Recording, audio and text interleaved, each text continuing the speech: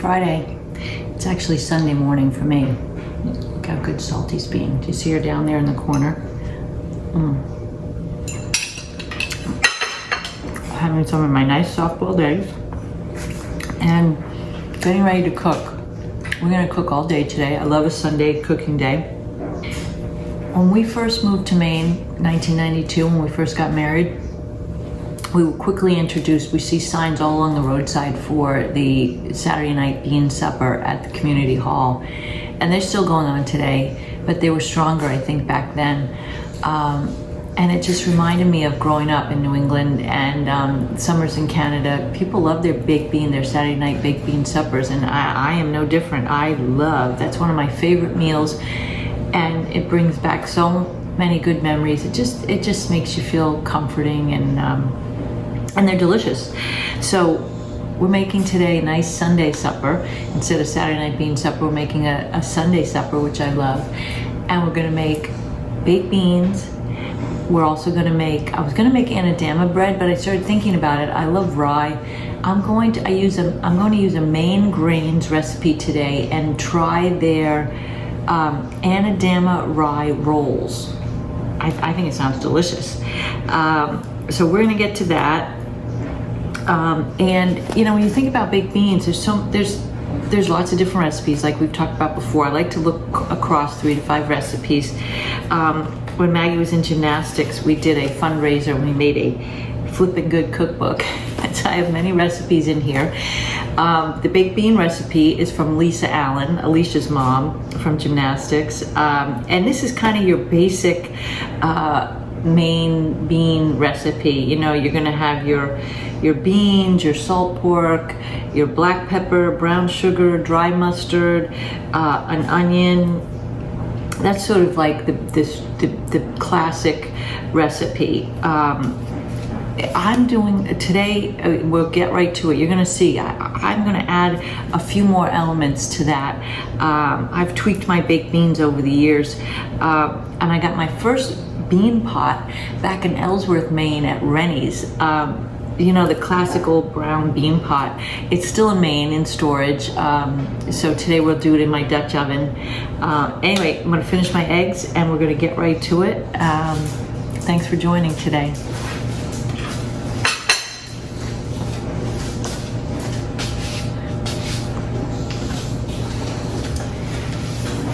I've woken the beast up. There's Salty's on the move, but hopefully she'll be quiet today. She's a little sleepy today. I want you to take note after my shelling episode about spiritual guides and my mom, and I mentioned the light. Look behind me. This morning when I woke up, I mean exactly a few seconds after I woke up, the lights blinked in here. Her light turned on and blink, and has stayed on this morning. So there's some messages coming in. Anyway, it's just interesting to me, and I love it, and I'm glad Mom's here, and I'm open to receive the messages. I've already gotten a few, so stick with us. Okay, when using dry beans for our baked beans, you need to start the night before, or you can do a boiling method, but I didn't do that. I like to start the night before. So last night, before I went to sleep, I soaked my beans in cold water, lots of water so they can soak up. And the beans that traditionally are used for baked beans are either navy beans, they're smaller, but I like to use Great Northern beans. They're basically the same bean, but they're a little larger, and they tend to cook up a little more softer. So these are Great Northern, and we're gonna come over and we're gonna drain them. Drain the beans.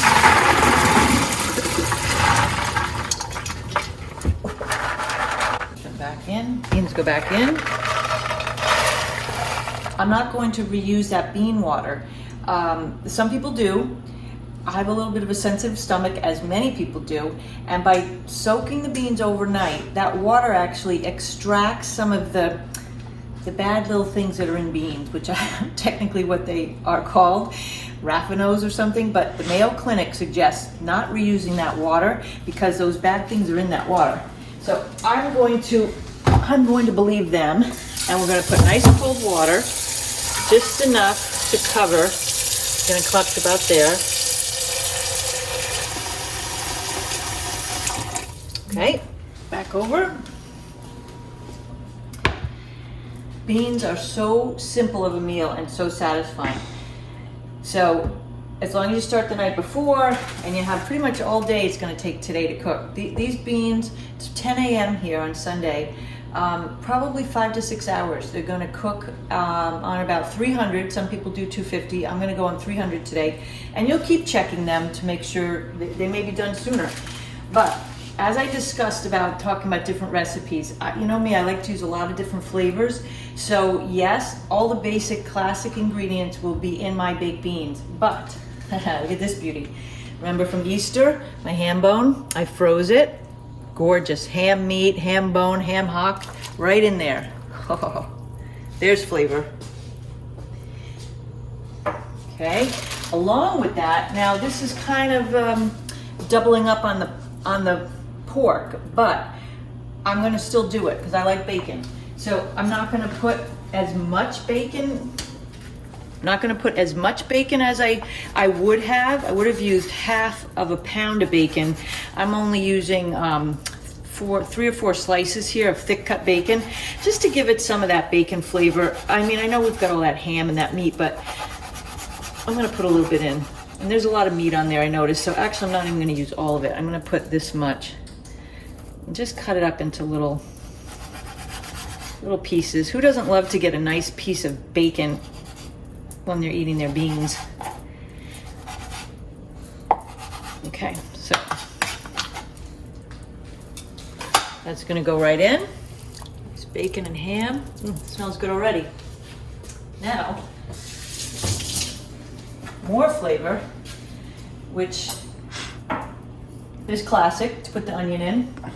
But on top of the onion, this is a little trick I learned from my mom. I love cloves, whole cloves. The smell. So I just like to stick the cloves right into the onion. This little flavor bomb is, that hint, that warm hint of clove, that spiciness in your beans so they're not flat. It's just delicious. And we'll take this out, you know, at the end, but over the hours, it's going to be flavoring our beans. Go. Flavor bomb. Right in. Okay, now the fun stuff. Got a lot more flavors to put in. Traditional is the brown sugar. People love sweet beans. There's a range of sugars. People put all the way up to 1 or 2 cups of sugar. Way too much for me. I'm going to put about 2 tablespoons of brown sugar to start. And you can tweak it as you go. You can keep tasting. But I'm also, I'm also love to put molasses in. I'm going to put about, there's like a half cup here. I'm going to put about 1/4 of a cup. That's also going to add a nice, sort of deep, smoky, also sweet flavor to our beans. What else do we have left? You know me and my apple cider vinegar. A lot of people don't put this in. I like the twang. I'm going to put that in. It's also good for you. And traditionally, dry mustard, ground mustard is used. I prefer to use a nice yellow classic mustard. Just put that right in. I think it's a little, I don't know, not tart, that's the wrong word. Sharper. And I love my ketchup. Also some nice ketchup. And I may put more of both of those in as we cook. But also, recently, we took a really fun trip up to Daytona area with our friends, Tim and Celia, and we went to buc-Ees, which I want to do a whole episode on buc-Ees. Let me tell you something, I love buc-Ees. I got their barbecue sauce, among other things. I bought a lot of things at buc-Ees, but I like barbecue in my beans, so I'm gonna try buc-Ees barbecue sauce in my beans today. So we're sort of combining my Maine, you know, my love of Maine and being there for so long, and my new life here in Florida. Oh my God. Oh, it smells good. All right, so let's put a little touch of Buc-Ees barbecue, a little more, into our beans, and I'll also tweak that as we go too. So, no salt yet. I'll add that later. But for now, all we gotta do is this is gonna go right into the oven with the lid on. You know what I'm gonna do? I'm gonna give a little bit of a stir around, just to, not much. It's like a slow cooker today. You know, we've made our own, but just to kind of get them going. Okay, lid on. And the oven is so clean. We're gonna go in there. I've set to 300, and I'll check them in a little while. We're gonna put this on, I'm gonna put it on only 2 hours, so I remember to check them. There we go. Bye-bye, beans. Now, while those are cooking, this is always what I like to do with my cooking. I get the thing that takes the longest in early in the morning, then I have all these hours to do more cooking. So I'm gonna be making those Maine grain rye rolls today. So here's some of the ingredients, and we'll get back to that. But I also wanted to share with that Easter ham hock, I also saved beautiful slices of our spiral ham in the freezer. So we're going to be having this alongside of our beans with those Anadama rye rolls. It's going to be a nice Sunday supper. We've got our beans in. We've got plenty of time. We're going to start our Anadama rye rolls. And they start with what's called like a cornmeal mush or porridge. So let me tell you where the name Anadama comes from, because it's a part of the New England history, really. Not only is it a delicious sweetbread, but the backstory is really, I think, funny. So a fisherman in Gloucester, he came home after fishing, he was tired. He was sick of having his wife Anna's sort of warm porridge cornmeal mush with molasses, and he decided to just throw in some flour and some yeast, throw it in the oven, and it turned out to be a delicious bread. So all the while he was making it, he was kind of saying, Anna damn her, Anna damn her. So, Anadama bread. That was back in like the 1850s, maybe earlier. But we've been enjoying that delicious bread for a couple hundred years now. So here's my take, not my take. Here's Maine Grain's take on the Anadama rye bread. This could be made as a bread or a roll. Today I'm gonna do rolls. So we're gonna start with that porridge, that cornmeal mush. And it starts with a half a cup of milk and a half a cup of water. I just combine them, easier than, you know, messing up two. Okay. Turn the stove on. Put it on medium. And into that goes about 1/4 cup of molasses. Anadama has that sweet, sort of rich, warm back flavor that comes from the molasses. Remember, we made the butter in the last segment. We're going to use our butter. So we've got the milk and the water in, and it calls for 1/8 cup of butter, which I don't know how much that is exactly. So I have my food scale here, and it's probably around here. Let's try this. About that much. That could be a little generous. Come with the food scale. Too much. It's about half of this. I need about 28 grams is equal to about 1/8 cup. Perfect. There we go. Butter goes right in. And then the cornmeal. Can't have it cornmeal mush without cornmeal. 1/4 cup.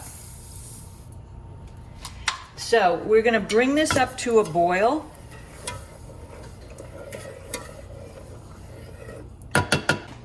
I actually made a little goof up, and I'm just gonna roll with it because I'm one take Jake. I think it's gonna be fine. I shouldn't have put the cornmeal in until that liquid was boiling. I don't really think it's gonna make a big difference, but I guess we'll find out together. While that's going, I have warm water, 1/4 cup, and I'm gonna take a half a tablespoon of yeast, active yeast, put that in. It's called blooming the yeast. And that needs to sit in the warm water for about 5 to 10 minutes. That's gonna be our leavener today. I usually use my sourdough starter, and I was going to use that today, but sometimes using the active yeast, it gives it more of a fluffier bread, and it's faster. So we're gonna use, the Maine grains calls for it to be done this way. So see you back here in a few minutes. Okay, we're ready to start our dough mixture for the Anadama rye rolls. And again, you know what I said about mistakes, they're good learning. That's really the only way that you really sink the lessons in. Look at this over here. The yeast that I was blooming in the first water, it didn't bloom. I redid it and now it's blooming. I put too much water in here and I used tap water. Two fatal mistakes. So this is spring water, the right amount of water, quarter cup, and the yeast. And you see all the bubbles, so you know it's active. So, you know, never think it's okay. Don't use, if it hasn't bloomed, don't use it. So I fixed that one mistake. So now we start with the wet ingredients. We're going to put into our mixer the warm porridge that we made with the cornmeal. And you see the cornmeal is still intact. I thought, you know, it would kind of turn it to watery. It's fine. The texture's fine. My little boo-boo there is fine. Sometimes that goes in. Our yeast mixture goes in. And then we're gonna put the dry ingredients. This flour, okay, I took the Maine grains recipe because it was for like 30 rolls. I'm gonna do half the recipe. So this is half the amount of flour. It called for 6.5 cups of flour. So again, math, here's math. I'm only gonna use 3.25 cups of flour. And my mix is going to be 2.5 cups of wheat flour, 1/2 cup of rye flour, and 1/4 cup of spelt, which they didn't call for, but I love to put spelt in mine. So, and the salt is in here. There is 1/2 tablespoon of salt right into the KitchenAid mixer. I like to, I'm gonna hold some out. It said to hold some back and add it as we go. Lock it in. I've got my dough hook on there, and I'm gonna let the KitchenAid do the kneading. You're salty. We're gonna be kneading for about 6 minutes, but I'll keep checking in with you. Okay, so look at how it's kneading up nicely. Now I'm gonna put the last of the flour in.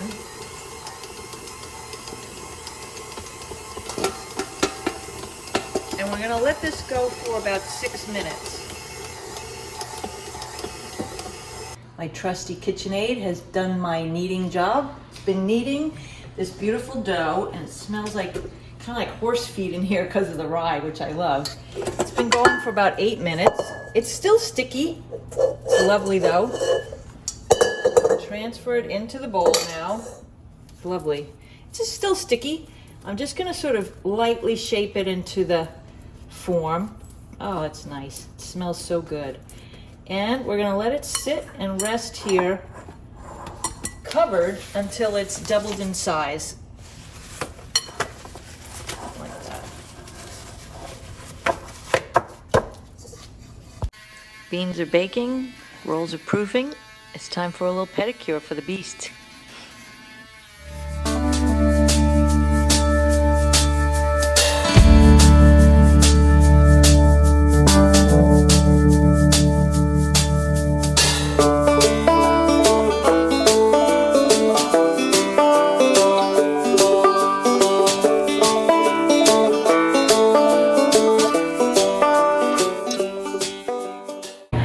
Beans look amazing, and the whole house smells so good. And while they've been baking, my Anadama rye dough has risen. It's about doubled in size, and it's nice and poofy. So now it's time to take it out onto a lightly floured surface. Oh, it's nice. It's sticky.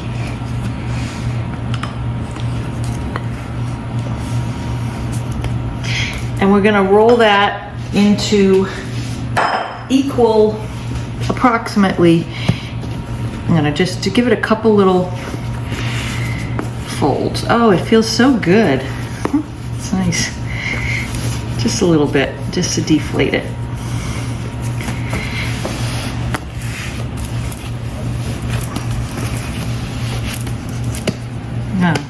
try, I'm just gonna eyeball it to make equal half, quarter. Try to get about 10, well, 12. I'm gonna try to get 12 rolls out of this. I could use a scale, but why bother? 2, 4, 6, 8. Well, that wasn't the best, smartest. Do some of the bigger ones. Okay. I don't want them too small. Well, you know what? Do them all in half. So what would that give? That would give us 16 rolls, and half the recipe said it would do 12 to 15. Oh, they're cute. Okay. How cute is that? You know what? Picture. Now I'm just gonna roll them. Our cute little, these, I'm really happy with this. Put a little more flour. I'm gonna roll each one, close up.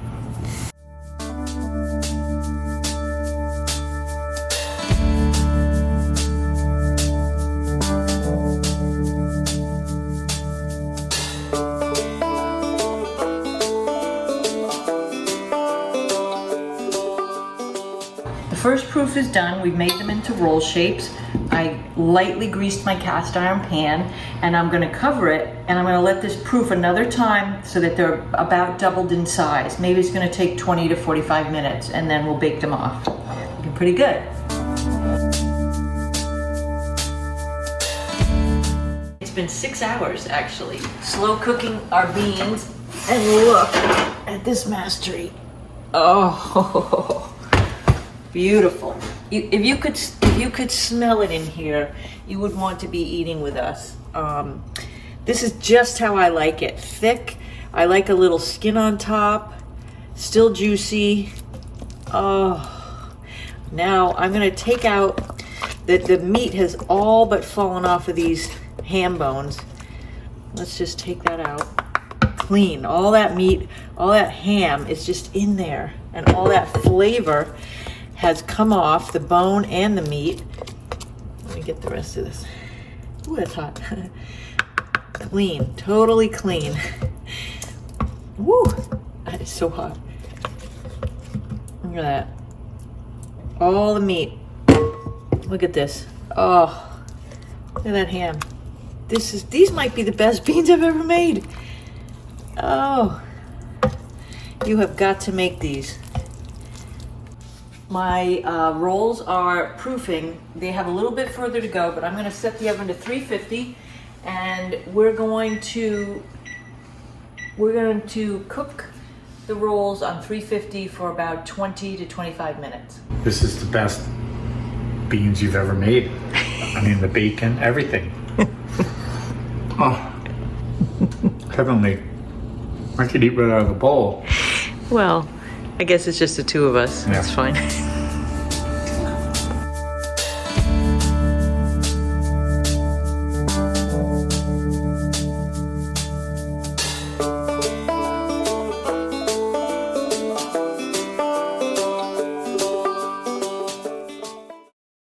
I can't wait to dig into these beans. The only thing missing here is some Maine red hot dogs and maybe a slice of blueberry pie.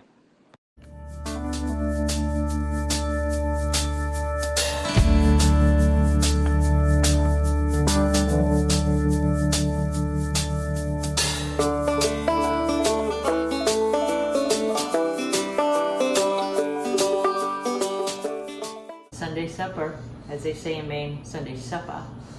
This meal, I couldn't be happier. It reminds me of Maine, it reminds me of Canadian summers. Everything, the beans, I think maybe the best I've ever made, but we're gonna dig in.